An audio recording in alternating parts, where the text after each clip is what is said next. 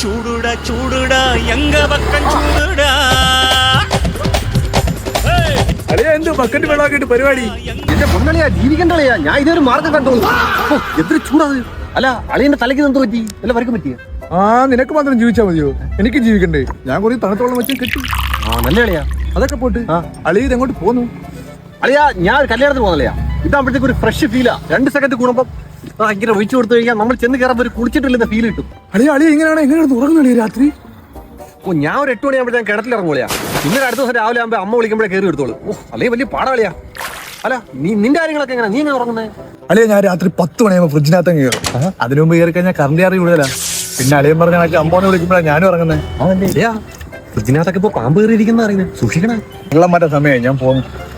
പിന്നെ കിണറ്റിലും പാമ്പ ഉള്ള സമാധാനം. ചൂടുടാ ചൂടുടാ എങ്ക പക്കം ചൂടുടാ.